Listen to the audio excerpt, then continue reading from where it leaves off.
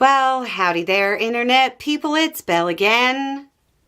So today, we're going to talk about Trump's shutdown, Economic Impact Edition.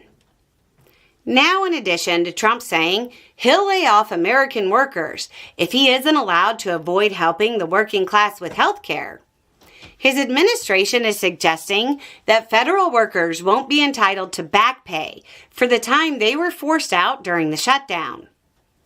Let's start with the layoff problem first. Even though we're not getting jobs reports from the federal government right now, we have access to other jobs data, and it's pretty bleak. It's actually bad enough that conspiracy theories have popped up, saying Republicans shut down the government to avoid having to release more bad economic numbers. There's no evidence to support that I've seen. It really seems as simple as not wanting to support the working class. Investment big boy Carlyle released their numbers. This is an investment firm with about $500 billion under their management. They say the economy added just 17,000 jobs last month. If you aren't familiar with these numbers, that's really bad. ADP showed a loss of 32,000 jobs in the private sector. Trump's solution to trying economic times? Layoffs from the federal government that would not only put more people out of work, but would also put those out of work federal employees in competition for the same dwindling amount of jobs. Beyond that, Republicans are now suggesting that furloughed federal employees might not get back pay, because surely simply deleting income from the economy will help keep America's financial state from sliding further into the abyss. The reality is that it's another attempt by Republicans to use the working class as a bargaining chip, looking at Democrats and saying, "Look what you made me do."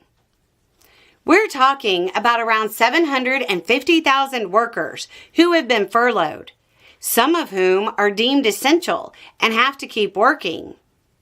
If you question the sincerity of Republican claims that they want to help the working class, it's important to understand the dynamics of this. Republicans don't want to stop health insurance rates from doubling for the working class.